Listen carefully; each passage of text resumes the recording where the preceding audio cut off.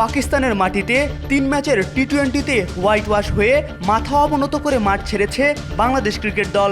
এমন বাজে সময়ের মাঝেও ভালো মুহূর্ত কাটিয়েছে টাইগাররা। বাংলাদেশ দলের খেলোয়াড়দের সাথে দেখা করেছেন পাকিস্তানের প্রেসিডেন্ট আসিফ আলী জারদারি, শুনিয়েছেন ইতিহাস। বাংলাদেশ পাকিস্তান দুই দেশের সম্পর্ক আরও মজবুত করতে ক্রিকেটকে সেতু বন্ধন হিসেবে কাজে লাগাতে চান পাকিস্তানের প্রেসিডেন্ট জারদারি। ৭১-এর ক্ষত নিরাময় করে বাংলাদেশের সঙ্গে দ্বিপাক্ষিক সম্পর্ক জোরদার করতে চান তিনি। পাঞ্জাবের গভর্নর হাউজে বাংলাদেশ ও পাকিস্তান ক্রিকেট দলের সদস্যদের সম্মানে আয়োজিত এক সংবর্ধনা অনুষ্ঠানে সম্প্রীতির এসব বার্তা উঠে আসে পাক প্রেসিডেন্টের কণ্ঠে।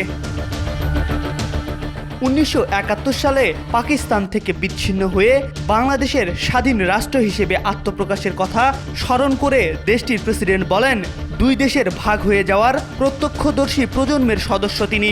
জারদারি বলেন, আজকের প্রজন্ম সেই ব্যথা অনুভব করতে পারবেন না। আমাদের সেই ক্ষত নিরাময় করা দরকার।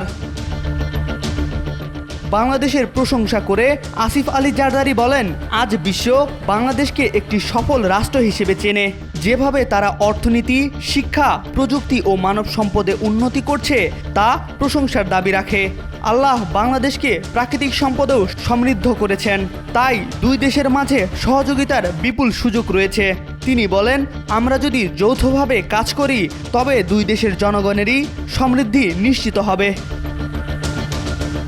জারদারি আরও বলেন, বাংলাদেশ ক্রিকেট দল শুধু খেলার জন্য নয়, দুই দেশের মাঝে সম্প্রীতির দূত হিসেবেও পাকিস্তানে এসেছে। তিনি পাকিস্তান ক্রিকেট দলের পারফরম্যান্সের পাশাপাশি বাংলাদেশের খেলোয়াড়দেরও প্রশংসা করেন। পাকিস্তান প্রেসিডেন্ট বলেন, খেলাধুলা দু দেশের সম্পর্ক দৃঢ় করার একটি গুরুত্বপূর্ণ মাধ্যম।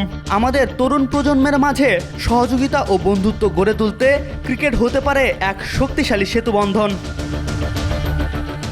MR আকাশ, আজকাল।